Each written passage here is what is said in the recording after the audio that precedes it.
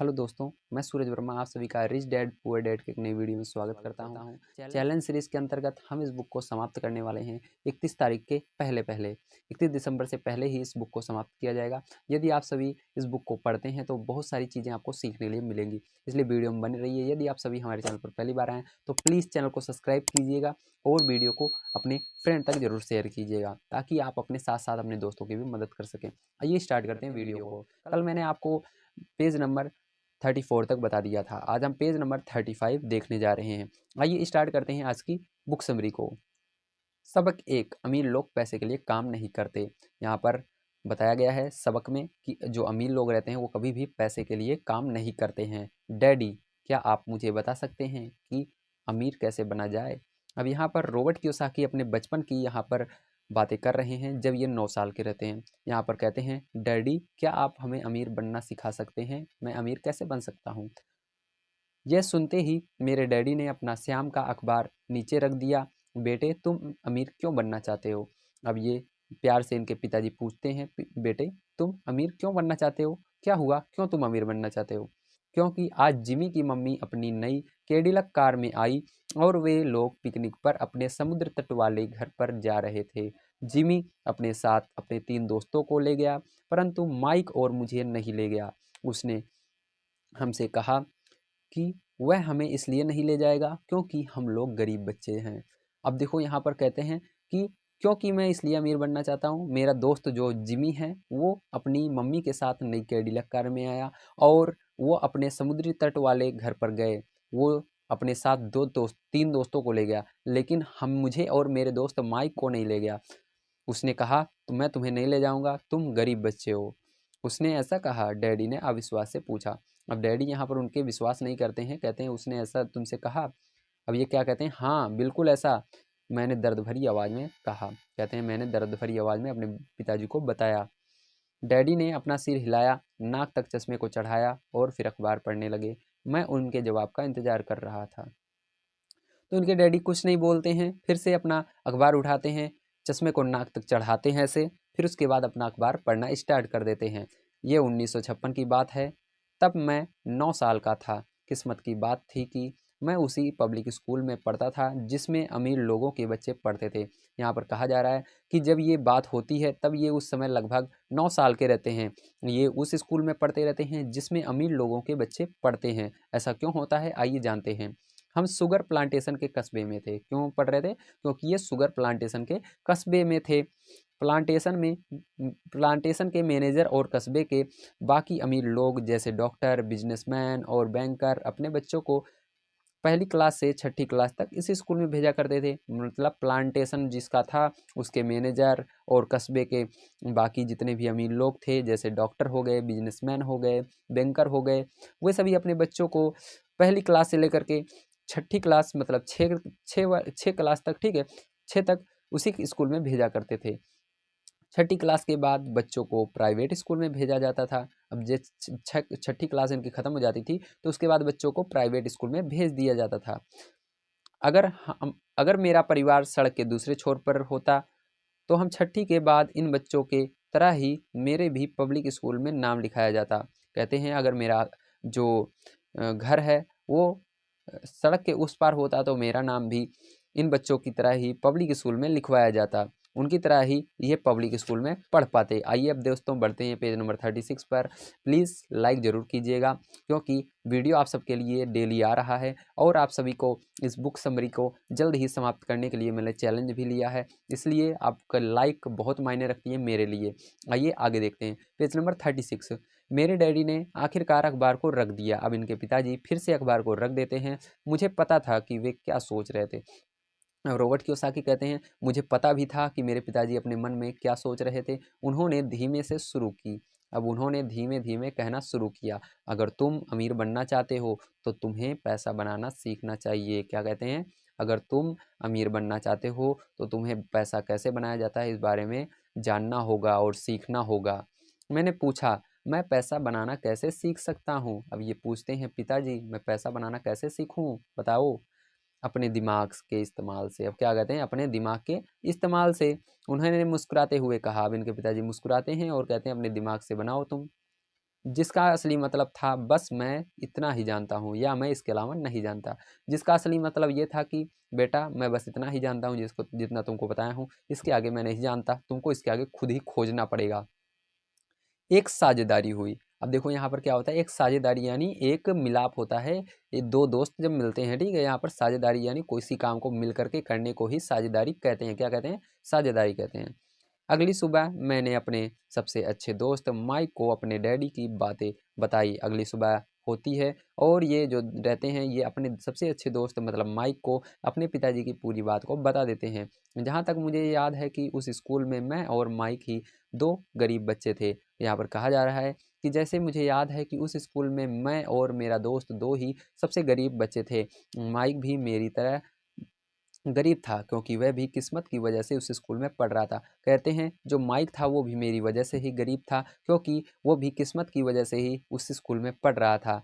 ऐसा लगता था कि जैसे किसी ने कस्बे के स्कूल की शरतें तय कर दी हो। अब यहाँ पर कह रहे हैं ऐसा लग रहा था हम दोनों को कि जैसे किसी ने कस्बे के स्कूलों की सरहदें तय कर दी होगी, मतलब इस तरफ ये वाले बच्चे पढ़ेंगे जो इस तरफ हैं, उधर वो वाले बच्चे पढ़ेंगे, इस तरह इनको लग रहा था। और इसी कारण हम लोग अमीर बच्चों के स्कूल में पढ़ा करते थे और इसीलिए हम उस तरफ थे, इसीलिए हम अमीर लोगों के स्कूलों में पढ़ने जाते थे। सच कहा जाए तो हम लोग गरीब नहीं थे। अब कह रहे हैं सच बताऊं मैं तो हम गरीब नहीं थे, परंतु हमें ऐसा लगता था। हम क्योंकि इनको ऐसा लग ही रहा था कि ये गरीब हैं, लेकिन ये असल में गरीब नहीं थे। क्यों लग रहा था आइए जानते हैं। क्योंकि बाकी सभी बच्चों के पास नए बेसबॉल ग्लव्स, नई साइकिलें और हर चीज़ नई होती थी। ये इसलिए लग रहा था क्योंकि जितने भी इनके पास दोस्त थे या बच्चे थे इनकी क्लास में, उन सब के पास हर चीज़ें नई हुआ करती थी। किसी के पास नई साइकिलें हैं, किसी के पास नई ग्लव्स हैं, किसी के पास नई नई हर चीज़ें हैं, लेकिन इनके पास सारी चीज़ें पुरानी थी। इसलिए इनको गरीबी ऐसे लग रहा था कि मैं गरीब हूँ। मम्मी और डैडी ने हमें ज़रूरत की सभी चीज़ें दी थी। अब इनके मम्मी जो होते हैं और इनकी जो डैडी होते हैं वो इनको सारी चीज़ें दे रखते हैं ज़रूरत की, फिर भी इनको ऐसा लगता है कि हम गरीब हैं। जैसा कि खाना हो गया, घर हो गए, कपड़े हो गए। इनको खाना मिलता था, कपड़े मिलते थे और रहने के लिए घर मिलता था, फिर भी इनको लगता था हम गरीब हैं, लेकिन इससे ज़्यादा कुछ नहीं। लेकिन इस तीनों चीज़ों के अलावा और कुछ भी हमको नहीं मिलता था।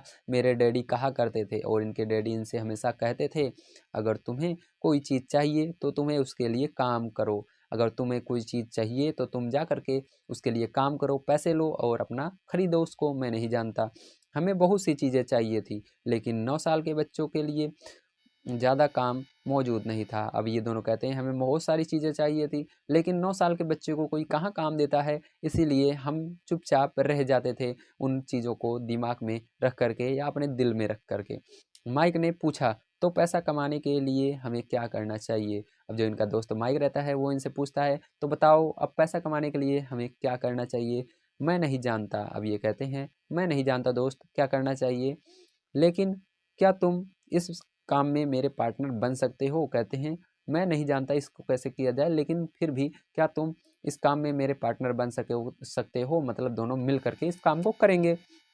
वह राजी हो जाता है, वो खुशी खुशी राजी हो जाता है। उस शनिवार की सुबह माइक मेरा पहला बिजनेस पार्टनर बन गया। अब देखो शनिवार की दिन था और सबसे सुबह ही इनका जो दोस्त था माइक, ये इनका पहला बिजनेस पार्टनर बन जाता है।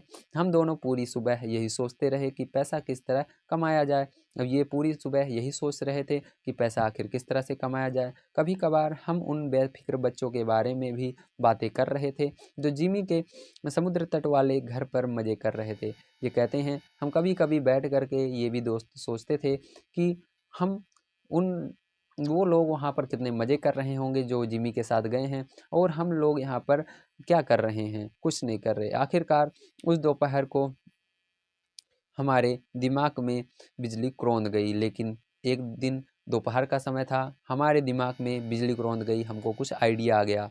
ये एक ऐसा विचार था जो माइक ने किसी विज्ञान की पुस्तक में पढ़ा था। ये ऐसी आइडिया थी जिसको माइक ने किसी विज्ञान की पुस्तक में पढ़ रखा था। रोमांचित होकर दोनों खुश हो जाते हैं और उछलने लगते हैं और कहते हैं, हमने अपने हाथ मिलाए और पार्टनरशिप के पास अब एक बिजनेस प्लान था। और दोनों एक दूसरे से हाथ मिलाते हैं और गले मिलते हैं और दोनों के पास एक बिजनेस प्लान हो जाता है, क्योंकि इनको आइडिया लग गया था बिजनेस करने का।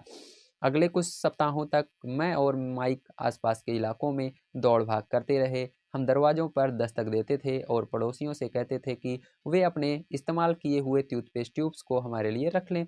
ये दोनों कई सप्ताहों तक इधर-उधर भागते रहे और अपने जितने भी इनके पड़ोसी थे, सबको जाते थे, कहते थे अगर आपका टूथपेस्ट ट्यूब्स ख़त्म हो जाए तो आप उसको रख लीजिएगा, क्योंकि हमको उसका काम है। हैरत से हमें देखते कुछ लोग और मुस्कुराकर हमारी बात मान लिया करते। इसमें से कुछ लोग इनको देखते हैरान होकर और मुस्कुरा कर इनकी बात को मान लेते, कहते ठीक है।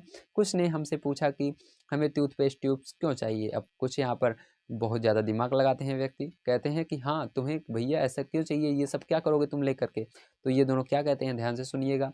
इसके जवाब में हमने कहा, हम आपको ये नहीं बता सकते, ये एक बिजनेस सीक्रेट है। यहाँ पर कहते हैं, मैं इसके जवाब में कहता था कि मैं आपको ये नहीं बता सकता कि हम ये क्यों ले रहे हैं, क्योंकि ये एक बिजनेस सीक्रेट है, इसको बताना मना है। सप्ताह गुजरते गए और मेरी माँ बहुत दुखी हो गई। अब जैसे-जैसे सप्ताह गुजर रहे थे, इनकी माँ दुखी होती गई। अपने कच्चे माल को इकट्ठा करने के लिए हमने जो जगह चुनी थी, वह उनकी वॉशिंग मशीन के ठीक पास थी। कहते हैं, अब हमने जो जगह चुन रखी थी अपने कच्चे माल को इकट्ठा करने के लिए, वो जगह कौन सी थी? जी हाँ, इनकी माँ जहाँ पर कपड़े धोती हैं, वॉशिंग मशीन के ठीक बगल में ही थी। एक भूरे कार्डबोर्ड के डब्बे में, जिसमें कभी केचर की बोतलें रखी रहती थीं। एक कार्डबोर्ड का डब्बा था, उसी के अंदर ये सारे टूथपेस्ट को रख रहे थे, जिसके अंदर कभी केचप की बोतलें हुआ करती थी। हमारे इस्तेमाल हुए टूथपेस्ट के ट्यूब्स की संख्या बढ़ने लगी। अब धीरे धीरे सबके टूथपेस्ट ट्यूब्स पड़ोसी ख़त्म हो रहे थे और ये ला ला कर अपने घर में रख रहे थे, जिससे वो संख्या धीरे धीरे बढ़ रही थी दोस्तों। अब देखो आगे क्या होता है। आखिरकार एक दिन माँ के सब्र का बांध टूट गया। अब इनकी माँ एक दिन सब्र करते करते बोर हो जाती है और कहती हैं, पड़ोसियों के मुड़े तुड़े और इस्तेमाल किए हुए टूथपेस्ट को देखते देखते वो ऊब जाती हैं और वहाँ पर ये बहुत ज़्यादा परेशान हो जाती हैं, ऊब जाती हैं। इतने सारे पड़ोसियों के ट्यूब से आ जाते हैं वहाँ पर और ये उनसे पूछती हैं, तुम लोग ये क्या कर रहे हो? क्या कहती हैं, तुम लोग ये क्या कर रहे हो? और मैं ये नहीं सुनना चाहती कि ये एक बिजनेस सिगरेट है, और मुझे ये नहीं सुनना है कि माँ ये एक बिजनेस सिगरेट है, इस कचरे को साफ कर दो या मैं इसे उठाकर कचड़े में फेंक दूंगी। कहती हैं कि जल्दी से इसे साफ कर दो, नहीं तो मैं तुम इस कचड़े को उठा करके कचड़े के अंदर ही फेंक दूंगी। माइक और मैंने उनके हाथ पैर जोड़े और उन्हें ये बताया कि जल्द ही हमारा कच्चा माल पर्याप्त जमा हो जाएगा और फिर हम उत्पादन शुरू कर देंगे। यहाँ पर ये दोनों उनके हाथ पैर जोड़ते हैं और कहते हैं, माँ, हम जल्द ही कुछ दिन के अंदर हमारा कच्चा माल जमा हो जाएगा और हम उत्पादन अपना शुरू कर देंगे, हमें कुछ दिन का समय दे दीजिए। हमने उन्हें बताया कि कुछ पड़ोसियों का इंतजार कर रहे थे ताकि वे अपने टूथपेस्ट ट्यूब्स समाप्त कर लें। माँ ने हमें 1 सप्ताह का समय दे दिया। यहाँ और इन्होंने जब बताया कि माँ, हम कुछ लोगों का इंतज़ार कर रहे हैं जो कि अपना टूथपेस्ट ट्यूब्स समाप्त कर दें, तो उसके बाद हम अपना प्रोग्राम चालू कर देंगे, मतलब अपना बिज़नेस चालू कर देंगे, तब तक के लिए समय दे दीजिए। तो इनकी माँ कहती है, ठीक है, 1 हफ़्ते के लिए मैं तुमको दे रही हूँ, 1 हफ़्ते से ज़्यादा नहीं दूँगी, इसके बाद मैं फेंक दूँगी। उत्पादन शुरू होने की तारीख करीब आ गई थी। अब देखो उत्पादन होने की तारीख बिल्कुल करीब आ गई थी। दबाव बढ़ चुका था। अब इनके ऊपर, दोनों के ऊपर बहुत ज़्यादा दबाव पड़ गया था। हमारे वेयर हाउस के मालिक यानी मेरी माँ ने, अब इनके जो वेयर हाउस के मालिक रहते हैं, मतलब इनकी माँ ने इनको पहली पार्टनरशिप कंपनी को जगह खाली करने का नोटिस थमा दिया था और इन दोनों को पार्टनरों को कहा था कि अब तुम जल्दी से अपनी जगह खाली करो और यहाँ से भागो। अब माइक का काम था कि वह पड़ोसियों को अपने टूथपेस्ट जल्दी ख़त्म करने के लिए कहे। अब यहाँ पर माइक को काम सौंपा गया कि वो जाए और उनके जो भी पड़ोसी हैं उनको कहे कि आपको अपना टूथपेस्ट ट्यूब्स जल्दी से ख़त्म करना है, और साथ में ये भी जोड़ दे, दाँत के डॉक्टरों का कहना है कि दिन में कई बार ब्रश करना चाहिए, और साथ में ये भी बताएं उनको कि दिन में हमें कई बार ब्रश करना चाहिए। मैं उत्पादन की प्रक्रिया में ठीक-ठाक करने में जुट गया और ये वहाँ पर उत्पादन की प्रक्रिया को ठीक-ठाक करने में जुट जाते हैं। एक दिन मेरे डैडी अपने एक दोस्त के साथ कार में बैठकर पोर्च में आए। एक दिन क्या होता है, इनके जो डैडी होते हैं वो कार में बैठ कर के अपने दोस्त के साथ पोर्च में आते हैं। उनके आश्चर्य का ठिकाना नहीं रहा और वो जब वहाँ पर आते हैं तो वो आश्चर्यचकित हो जाते हैं। क्यों होते हैं, अब देखिए पता लगेगा। जब उन्होंने वहाँ 9 साल के 2 बच्चों को उत्पादन की प्रक्रिया में पूरी गति से जुटे देखा। उन्होंने देखा 2 बच्चे 9 साल के हैं और वो कुछ बना रहे हैं, और ये उस समय बहुत आश्चर्यचकित हो जाते हैं कि ये दोनों आखिर 9 साल के ही हैं, क्या ये कर रहे हैं? हर जगह बारीक सफ़ेद पाउडर बिखरा हुआ था और हर जगह दोस्तों बारीक सफ़ेद पाउडर बिखरा हुआ था। एक लंबी मेज पर स्कूल से लाया हुआ दूध का कार्टन था और एक लंबी सी मेज थी और उस पर स्कूल से लाया हुआ दूध का कार्टन था, मतलब दूध जिसमें रहता है उसी को कहते हैं कार्टन, ठीक है। हमारे परिवार की हिबाची ग्रिल लाल दहकते कोयले पर रखी हुई थी और गर्म हो रही थी। और जो हिबाची होती है, जैसे मान लीजिए जिसमें दूध गर्म किया जाता है, उस तरह से कुछ टाइप की होती है, वो रखी हुई थी कोयले पर और गर्म हो रही थी। डैडी सावधानी से चलकर हमारे करीब आए क्योंकि हमारे उत्पादन की प्रक्रिया ने पोर्च पर कब्जा कर लिया था। अब देखो इनके डैडी बहुत सावधानी से बचते हुए आते हैं और इनके पास खड़े हो जाते हैं। उन्होंने कार बाहर ही खड़ी कर दी थी और इनके पिताजी ने बाहर ही खड़ी कर दी थी क्योंकि हर जगह क्या हुआ था, पोर्च जो था वो हर जगह बिखरा पड़ा था, मट्टी वहाँ पर सफ़ेद पाउडर था और इन दोनों को उत्पादन कर रहे थे ना, जो ट्यूब्स भी हर जगह पड़े हुए थे। जब वे और उनके दोस्त पास आए तो उन्होंने कोयले के ऊपर रखा एक स्टील का बर्तन देखा। जब वे और उनके दोस्त पास में आते हैं तो कोयले के ऊपर रखा एक स्टील का बर्तन देखते हैं जिसके अंदर ट्यूब्स पिघल रहे थे।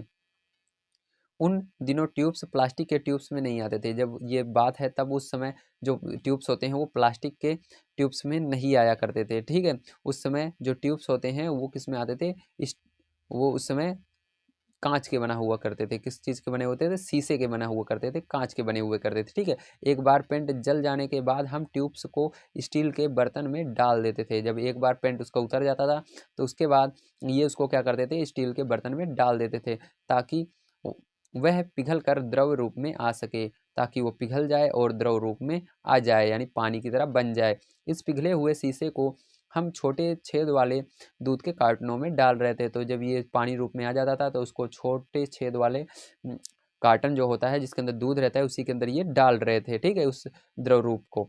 दूध के इन कार्टनों में प्लास्टर ऑफ पेरिस भरा हुआ था। अब देखो इन कार्टनों में क्या था, दूध के प्लास्टर ऑफ पेरिस था, ठीक है। प्लास्टर ऑफ पेरिस आप सभी जानते होंगे, हाथों में जब चोट लग जाती है, टूट जाता है तो जो प्लास्टर चढ़ता है सफ़ेद कलर का, उसी को प्लास्टर ऑफ पेरिस कहते हैं। हर तरफ फैला हुआ सफ़ेद पाउडर था जिसमें हमने पानी मिलाया था। अब देखो हर जगह क्या था, एक सफ़ेद पाउडर बिखरा हुआ था जिसके अंदर इन्होंने पानी मिला रखा था। जल्दबाजी में मैंने उसके बैग को गिरा दिया था और पूरी ज़मीन ऐसी लग रही थी जैसा वहाँ अभी भी बर्फ़ का तूफान आया हो। जल्दबाजी में इनका पैर उसके अंदर लग जाता है और क्या होता है, वो गिर जाता है। और यहाँ पर ये कहते हैं ऐसा लग रहा था ज़मीन जैसे कि अभी अभी वहाँ पर तूफान आया हो, बर्फ़ का तूफान आया हो। दूध के कार्टन बाहरी बक्से थे जिसके भीतर प्लास्टर ऑफ पेरिस सांचे थे। यहाँ पर कहा जा रहा है बाहरी बक्से तो मान लो वो दूध का कार्टन था, लेकिन उसके अंदर क्या भरा हुआ था, प्लास्टर ऑफ पेरिस भरा हुआ था जिसके अंदर भी सांचे थे, ठीक है, जिसके अंदर भी सांचे भरे हुए थे। मेरे डैडी और उनके दोस्त हमें देखते रहे और हम पिघले हुए शीशे को प्लास्टर ऑफ पेरिस के ट्यूब्स में डालते रहे। अब इनके पिताजी और इनके फ्रेंड इनको देख रहे हैं और ये दोनों प्लास्टर ऑफ पेरिस के डब्बे में इस पिघले हुए शीशे को डाल रहे हैं लगातार। संभल कर, मेरे डैडी ने कहा। अब यहाँ पर इनके डैडी कहते हैं संभल करके। मैंने बिना सिर उठाए हामी भर दी। अब यहाँ पर देखो ये क्या कहते हैं, बिना सर को उठाते हैं और ऐसे ही कहते हैं ठीक है डैडी मैं संभल कर रहा हूँ। आखिरकार जब शीशे को डालने का काम ख़त्म हो गया तो मैंने स्टील के बर्तन को नीचे रख दिया। अब देखो जब ये शीशे का डालने का काम ख़त्म हो जाता है तो ये क्या करते हैं, उस स्टील के बर्तन को नीचे रख देते हैं, ठीक है। फिर अपने डैडी की तरफ देख करके मुस्कुराते हैं और अपने डैडी की ओर देखते हैं और हंसने लगते हैं। उन्होंने हल्की मुस्कान के साथ पूछा, तुम लोग क्या कर रहे हो? अब इनके पिताजी भी हल्की सी मुस्कान देते हैं, हंसते हैं और कहते हैं तुम लोग आखिर क्या कर रहे हो, मेरे को बताओ। तो यहाँ पर ये क्या कहते हैं, आइए देखते हैं। अब यहाँ पर देखो इनके डैडी क्या कहते हैं। डैडी ने पूछा और इन प्लास्टर के साँचों में क्या है, और कहते हैं कि इन प्लास्टर के साँचों में क्या है, देखिए, मैंने कहा। अब यहाँ पर रॉबर्ट कियोसाकी कहते हैं देखिए, इसमें एक बहुत अच्छी चीज़ है, इसमें बहुत ही अच्छी चीज़ रखी हुई है। छोटे हथौड़े से मैंने सील को ठोका जिसके बाहरी खोल टूट गए। सावधानी से मैंने ऊपर के आधे प्लास्टर को हटाया और जस्ते का एक सिक्का बाहर गिर गया। अब कहते हैं मैंने हथौड़े से ठोका और उसके बाहरी खोल को हटाया और सावधानी से मैंने उसके ऊपर के आधे प्लास्टर को हटा दिया और जस्ते का एक सिक्का क्या हुआ, बाहर गिरा। हे भगवान, मेरे डैडी ने कहा। अब यहाँ पर क्या होता है, इनके डैडी कहते हैं हे भगवान, ऐसा कहते हैं, ठीक है। तो तुम लोग जस्ते के सिक्के बना रहे थे, या कहते हैं अच्छा तुम लोग जस्ते के सिक्के बना रहे थे, ऐसा कहते हैं, ठीक है। बिल्कुल सही माइक ने कहा। अब देखो यहाँ पर माइक क्या कहता है, जी हाँ पिताजी बिल्कुल सही आपने जाना कि हम लोग क्या बना रहे थे, जस्ते के सिक्के बना रहे थे। हम वही कर रहे थे जैसा आपने हमें करने के लिए कहा था। अब देखो यहाँ पर कहते हैं हाँ मैं वही कर रहे थे जो आपने कहा था कि आप में पैसा बनाना चाहिए, इसलिए तो हम पैसा बना रहे हैं। मेरे डैडी के दोस्त जोर से हंसने लगे। अब देखो इनके जो दोस्त रहता है इनके पिताजी का, वो तेजी तेजी से हंसने लगता है। मेरे डैडी भी मुस्कुराए और इनके पिता भी हंसने लगते हैं और उन्होंने अपना सिर हिलाया, और दोनों अपने सिर को हिलाते हैं। उनके सामने आग और टूथपेस्ट की ट्यूब्स के बक्से थे। साथ सफ़ेद धूल में लिपटे दो बच्चे थे। अब उनके सामने दो तीन चीज़ें होती हैं। पहली होती है आग और टूथपेस्ट, दूसरा होता है ट्यूब्स के बक्से, और तीसरे सफ़ेद में लिपटे हुए बच्चे होते हैं दो, जो इस कान से उस कान तक मुस्कुरा रहे थे, यहाँ से लेकर वहाँ तक हंस रहे थे, खुश थे। उन्होंने हमसे कहा था कि हम सब कुछ छोड़कर उनके साथ चलें और घर के सामने वाली सीढ़ी पर बैठें। अब उनके डैडी कहते हैं कि तुम दोनों को सारे काम धंधे छोड़ करके मेरे साथ आने हैं और सामने की सीढ़ी पर बैठ जाना है, आओ चलें, ऐसे कहे, ठीक है। मुस्कुराते हुए उन्होंने हमें जालसाजी शब्द का मतलब समझाया। अब जब ये दोनों वहाँ पहुँचते हैं तो वो हंसते हैं और मुस्कुराते हुए इनको बताते हैं जालसाजी के शब्द का मतलब क्या होता है। हमारे अपने धराशायी हो गए थे। अब कहते हैं हमारे जो सपने थे वो सब क्या होते हैं, धराशायी यानी टूट चुके थे। तो आपका मतलब है कि ये गैर कानूनी है। और ये कहते हैं क्या डैडी इसका मतलब ये जो हम कर रहे थे ये सब गैर कानूनी है, माइक ने कांपती आवाज में कहा। इनका दोस्त क्या करता है, कांपती हुई आवाज में कहता है छोड़ो भी। अब यहाँ पर क्या कहते हैं, छोड़ो भी, कौन कहता है, डैडी के दोस्त ने कहा। किसने कहा, डैडी के दोस्त ने कहा छोड़ो भी। हो सकता है कि बच्चे अपनी जन्मजात प्रतिभा को विकसित कर रहे थे, मतलब हो सकता है ये जन्म से ही ऐसे हो और इनके अंदर कुछ हुनर हो, उसको ये विकसित कर रहे थे। इसको कौन रोक सकता है, ठीक है। मेरे डैडी उन्हें घूरते रहे। अब इनके डैडी इनको देखते रहते हैं, ठीक है, इनके अपने दोस्त को। हाँ ये गैर कानूनी है, और कहते हैं हाँ ये गैर कानूनी है, डैडी ने नरमी से कहा। और ये बहुत गंभीर हो जाते हैं इनके डैडी। परंतु तुम लोग ने ये साबित कर दिया है कि तुम में बहुत ज़्यादा रचनात्मक और मौलिक विचार हैं। और कहते हैं कि तुम दोनों ने अब ये साबित ही कर दिया है कि तुम दोनों के अंदर बहुत ज़्यादा रचनात्मक और मौलिक विचार हैं। इस तरह आगे बढ़ते रहो और मुझे तुम दोनों पर गर्व है। कहते हैं इसी तरह तुम दोनों आगे बढ़ो और मुझको तुम दोनों पर बहुत गर्व है कि तुम दोनों कुछ ना कुछ कर रहे हो। निराश होकर माइक और मैं तकरीबन 20 मिनट तक चुपचाप अपना सिर झुकाकर बैठे रहे। अब दोनों निराश हो जाते हैं, दुखी हो जाते हैं, और 20 मिनट तक दोनों बैठे रहते हैं अपना सिर झुका करके, कुछ नहीं बोलते, कुछ नहीं सुनते, चुपचाप सोचते रहते हैं। इसके बाद हमने सारे अटाला साफ करना शुरू किया। अब देखो इसके बाद क्या होता है, ये दोनों उठते हैं और जो भी ये गंदगी फैलाए रहते हैं उसको पूरा साफ करने लगते हैं। पहले ही दिन हमारा बिजनेस चौपट हो गया था। अब जो पहला ही दिन रहता है उसी दिन हमारा सारा बिजनेस चौपट हो जाता है। पाउडर साफ करते हुए मैंने माइक की ओर देखा और कहा। अब पाउडर साफ करते हुए रॉबर्ट कियोसाकी अपने दोस्त माइक की तरफ देखते हैं और उनसे कहते हैं, क्या कहते हैं आइए जानते हैं। मुझे लगता है कि जिमी और उसके दोस्त सही कह रहे थे, हम सचमुच गरीब हैं। अब इनको लगने लगता है कि ये जो जिमी था और इसके जो दोस्त थे वो सही कह रहे थे कि हम दोनों सही में गरीब ही हैं, इसलिए तो हमारे से कुछ नहीं हुआ। जब मैंने ये कहा तब मेरे डैडी बच जाने वाले थे। अब जब ये कहते हैं तो इनके डैडी बच जाने ही वाले रहते हैं। बच्चों, उन्होंने कहा। अब ये क्या कहते हैं, बच्चों तुम गरीब तभी कहलाओगे जब तुम लोग हार मान लोगे। कहते हैं बच्चों, यदि तुम गरीब तभी कहलाओगे जब तुम हार मान लोगे। यदि तुम काम करते रहते हो, हार नहीं मानते हो, तो तुम गरीब नहीं कहलाओगे। सबसे महत्वपूर्ण चीज़ ये है कि तुमने कुछ किया। अब कहते हैं सबसे महत्वपूर्ण चीज़ यही है बच्चों की तुमने कुछ किया। ज़्यादातर लोग केवल अमीर बनने के बारे में बातें करते रहते हैं और उसके सपने देखते रहते हैं। ज़्यादातर लोग दुनिया में इस तरह होते हैं जो केवल अमीर बनने के सपने ही देखते हैं और उसके बारे में बैठ करके बातें करते रहते हैं और कुछ उसके लिए करते नहीं हैं। लेकिन तुम दोनों ने कुछ किया है, तुम दोनों ने उसके लिए कुछ किया है, इसलिए मुझे तुम दोनों पर गर्व है। मैं एक बार फिर यही कहूँगा, आगे बढ़े चलो, हार मत मानो। कहते हैं मैं तुम दोनों को फिर से एक यही सलाह दूंगा, आगे बढ़े चलो, हार मत मानो। माइक और मैं खामोश खड़े रहे। ये शब्द सुनने में अच्छे थे, परंतु हमें यह पता था कि हमें क्या करना चाहिए। अब यहाँ पर ये कहते हैं कि ये शब्द जो मेरे डैडी पूछ रहे थे, कह रहे थे, ये सुनने में बहुत अच्छे थे, लेकिन हमें ये नहीं पता था कि अब हमें आगे क्या करना है। तो ऐसा क्यों होता है डैडी कि आप अमीर नहीं हैं? मैंने पूछा। अब यहाँ पर देखो, रॉबर्ट कियोसाकी अपने डैडी से प्रश्न पूछ लेते हैं। कहते हैं, डैडी अगर ऐसी बात है तो आप अमीर क्यों नहीं हैं? आप गरीब क्यों हैं? इनके पिताजी क्या कहते हैं? क्योंकि मैंने एक स्कूल टीचर बनने का फैसला किया था। स्कूल के टीचर अमीर बनने के बारे में नहीं सोचते। कहते हैं कि जो स्कूल का टीचर होता है वो कभी भी अमीर बनने के बारे में नहीं सोचता है। क्योंकि मैं स्कूल टीचर बनने का फैसला किया था, इसलिए मैं गरीब हूँ। हम सिर्फ पढ़ाना पसंद करते हैं। काश कि मैं तुम लोगों की मदद कर सकता। कहते हैं कि हम लोग जो होते हैं वो केवल पढ़ाना ही पसंद करते हैं और कोई चीज़ पसंद नहीं करते। काश मैं इस सब में तुम्हारी मदद कर पाता, परंतु हकीकत में मैं ये नहीं जानता कि दौलत कैसे कमाई जाती है। कहते हैं कि हकीकत में सही बताऊं तो मैं ये जानता ही नहीं हूँ कि दौलत कैसे कमाई जाती है। माइक और मैं पलटे और अपने सफाई अभियान में जुट गए। यहाँ पर माइक और ये दोनों पलटते हैं और अपने सफाई अभियान में जुट जाते हैं। दोस्तों आइए देखते हैं पेज नंबर 40 पर। डैडी ने कहा, अगर तुम लोग ये सीखना ही चाहते हो कि अमीर कैसे बना जाता है तो मुझसे मत पूछो। अब कहते हैं कि यदि तुम दोनों सीखना चाहते हो कि अमीर कैसे बना जाता है तो तुम लोग ये मुझसे मत पूछो, ये तुम जा करके तुम अपने डैडी से पूछो। माइक कहते हैं कि ये बात तुम मुझसे मत पूछो दोनों, ये बात जा करके माइक तुम अपने डैडी से पूछो। मेरे डैडी? माइक ने हैरानी से कहा। अब यहाँ पर माइक हैरान हो जाता है और कहता है, मेरे डैडी?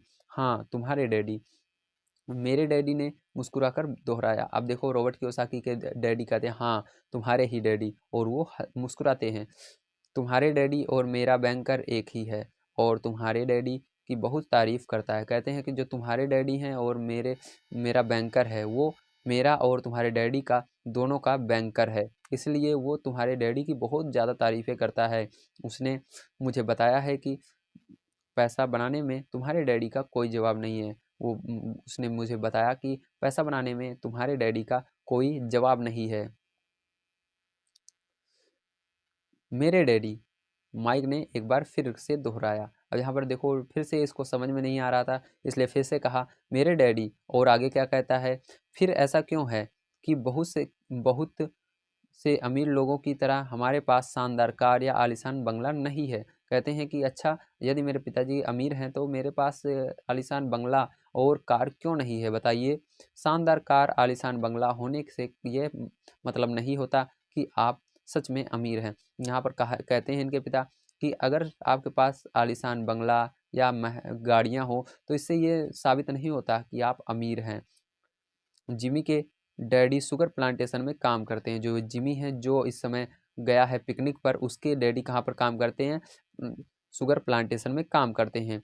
उनमें और मुझ में ज़्यादा फ़र्क नहीं है। उनमें और मुझ में, मतलब जो वो शुगर प्लांटेशन में काम करते हैं और मुझ में ज़्यादा फ़र्क नहीं है। वे एक कंपनी के लिए काम करते हैं और मैं एक सरकार के लिए काम करता हूँ। कहते हैं वो कंपनी के लिए काम करते हैं और मैं सरकार के लिए काम करता हूँ, बस इतना सा फ़र्क है।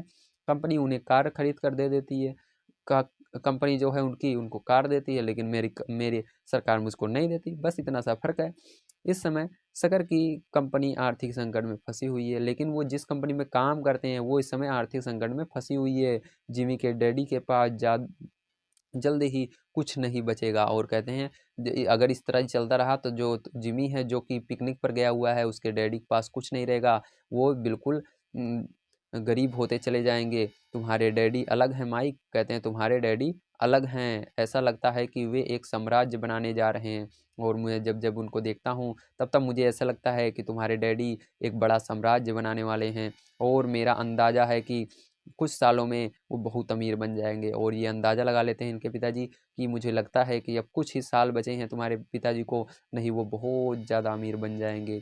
ये सुनकर माइक और मैं एक बार फिर रोमांचित हो गए। अब यहाँ पर जब माइक और रॉबर्ट कियोसाकी ये बात को सुनते हैं तो दोनों खुश हो जाते हैं। उन उत्साह से हमने अपने डूबे हुए व्यवसाय के कचरे को साफ करना शुरू किया, और उसी खुशी के साथ ये दोनों अपने कचरे को साफ कर देते हैं।